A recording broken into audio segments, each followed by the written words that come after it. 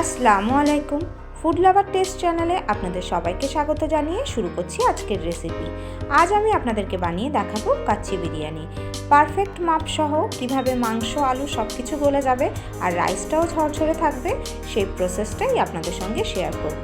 আর আমার এই রেসিপিটি যদি আপনাদের ভালো লেগে থাকে তাহলে আমার চ্যানেলটিকে দয়া করে সাবস্ক্রাইব করবেন, লাইক, শেয়ার আর কমেন্ট করে আমার পাশে থাকবেন। তো চলুন রেসিপিটি শুরু করা যাক।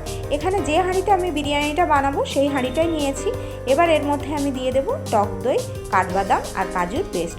এখানে আমি 100 গ্রাম টক দই নিয়েছি, 12টা কাঠবাদাম আর 12 থেকে 15টা কাজু নিয়ে সামান্য জল দিয়ে একটু পেস্ট বানিয়ে নিয়েছি। এবার আমি এর মধ্যে দিয়ে দেবো 4 চামচ টমেটো সস, দেব গ্রেট করা কাঁচা পেঁপে, আদা রসুন বাটা। এবার এর মধ্যে কিছু গুঁড়ো মশলা দেব লবণ, লঙ্কা গুঁড়ো, জিরে গুঁড়ো, ধনে গুঁড়ো আর কাচ্চি বিরিয়ানি মশলা, যেটা আমি বাড়িতেই বানিয়েছি আর যেটা ডিটেলসটা আমি ডেসক্রিপশনে দিয়ে দেব। এবার এর মধ্যে আমি দিয়ে দেব তেল আর ঘিয়ের মিশ্রণ। যে তেলের মধ্যে আমি পেঁয়াজ বেরেস্তা করেছি আর আলু ভেজেছি সেই তেলটাই দিলাম। আর এখানে 1 কাপ তেল আছে, এর মধ্যে আমি 4 চামচ ঘি দিয়েছি। এবার এই সব মশলাগুলোকে আগে আমি খুব ভালো করে মিক্স করে নেব। মশলাটা আমার মিক্স করা হয়ে গেছে। এবার আমি এর মধ্যে দিয়ে দেবো 1.5 কেজি পরিমাণে গরুর মাংস। গরুর মাংসটাকে আমি খুব ভালোভাবে ধুয়ে পরিষ্কার করে নিয়েছি। এবার খুব ভালো করে এই মশলার সঙ্গে মাংসটাকে মাখিয়ে নিতে হবে।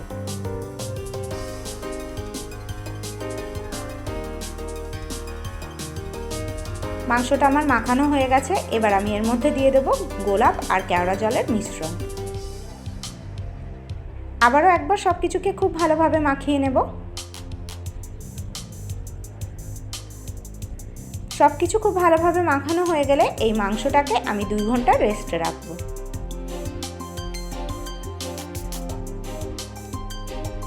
মাংসটা যতক্ষণ ম্যারিনেট হচ্ছে ততক্ষণ আমি চালটা দেখিয়ে দিই। এখানে আমি 1 কেজি পরিমাণ বাসমতি চাল নিয়েছি। এই বাসমতি চালটাকে ভালো করে জল দিয়ে ধুয়ে জলে ভিজিয়ে 1 ঘন্টা রাখবো, তারপরে জলটা ঝরিয়ে নেব। এবার এখানে একটি আমি হাঁড়ি নিয়েছি, হাঁড়ির মধ্যে পরিমাণ মতন জল দিয়ে এর মধ্যে দেবো লবণ, সাজিরা, গোটা গরম মশলা আর একটা বড় এলাচ। জলটা একবার ভালো করে একটু গরম হয়ে যাওয়া পর্যন্ত অপেক্ষা করব। জলটা গরম হয়ে গেছে।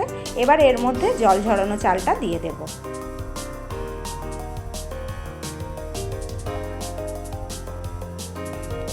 চালটা দেওয়ার পরে সব কিছুকে একবার ভালোভাবে মিশিয়ে নিয়ে চালের যে জলটা আছে সেটা একবার ফোটা পর্যন্ত অপেক্ষা করব। যতক্ষণ চালটা ফুটছে ততক্ষণ এখানে আমি 1 কাপ পরিমাণ পেঁয়াজ বেরেস্তা নিয়েছি। এবার এর মধ্যে 6 চামচ গুঁড়ো দুধ আর 20 থেকে 25টা কিশমিশ দিয়ে খুব ভালোভাবে একসঙ্গে সব কিছু মিশিয়ে নেব।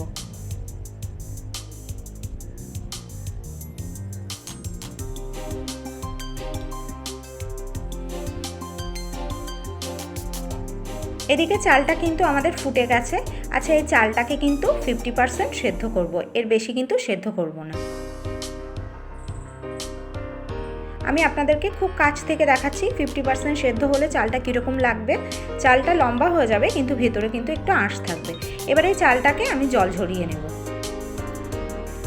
এবার যে হাঁড়িটায় আমি মাংস ম্যারিনেট করে রেখেছিলাম সেই হাঁড়িটাই নিলাম, নিয়ে এর মধ্যে আমি আগে থেকে ভেজে রাখা লবণ আর ইয়েলো ফুড কালার দিয়ে আলুগুলো ভেজে রেখেছি সেই আলুগুলো এবার এর মধ্যে দিয়ে দেব। আমি যেভাবে লেয়ারিংটা করছি আপনারা সেই সেম একইভাবে করবেন। আলুটা দেওয়া হয়ে গেছে। এবার এর মধ্যে পেঁয়াজ বেরেস্তার মিশ্রণটা দিয়ে দেব।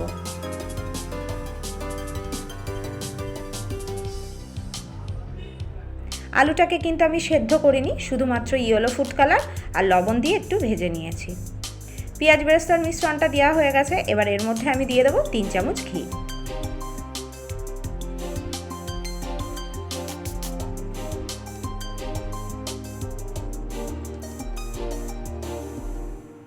দেব কিছুটা কাচ্চি বিরিয়ানির মশলা।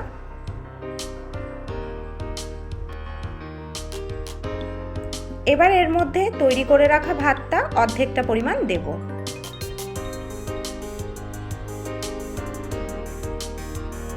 ভাতটা দেওয়ার পরে হাত দিয়ে খুব ভালোভাবে ভাতটাকে সমান করে চারিদিকে বিছিয়ে দেব। আবারও এর মধ্যে পেঁয়াজ বেরেস্তা দেব। বাকি যেটুকু বিরিয়ানির মশলা ছিল সেটুকু সব দিয়ে দিলাম। এবার আমি এর মধ্যে দেব হাফ কাপ দুধ।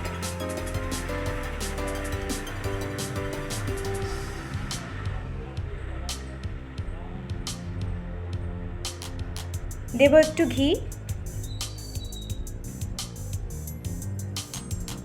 এবার এর উপরে লাস্ট যে অর্ধেক ভাতটুকু আছে সেই ভাতটুকু লেয়ারটা দিয়ে দেব।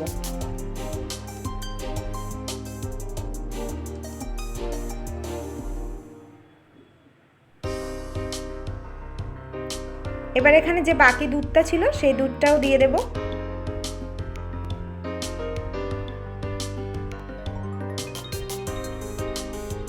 আবারও একটু ঘি দেব।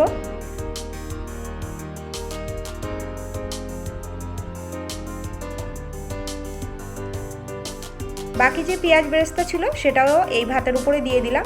এবার এর মধ্যে ইয়েলো ফুড কালার, খুব সামান্য পরিমাণ কেওড়া জল আর গোলাপ জল একসঙ্গে মিক্স করে দিয়ে দিলাম।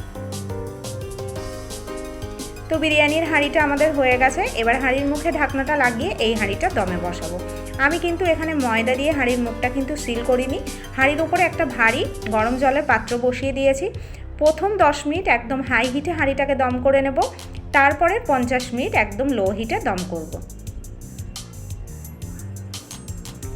বিরিয়ানিটা খুব ভালোভাবে দম হয়ে গেছে। এবার আমি আপনাদের ঢাকনাটা খুলে দেখাচ্ছি।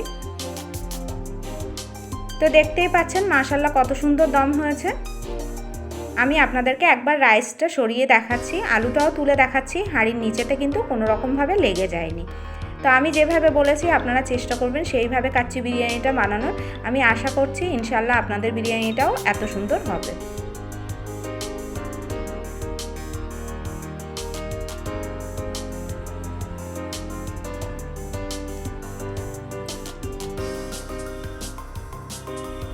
বিরিয়ানিটা ঠিকঠাক দম হওয়ার কারণে আলুটাও সেদ্ধ হয়ে গেছে, মাংসটাও সেদ্ধ হয়ে গেছে, আর রাইসটা কিন্তু পুরোপুরি ঝরঝরে আছে। তো আমার এই রেসিপিটি যদি আপনাদের ভালো লেগে থাকে, আবারও বলছি যারা নতুন এসেছেন আমার চ্যানেলটিকে দয়া করে সাবস্ক্রাইব করবেন।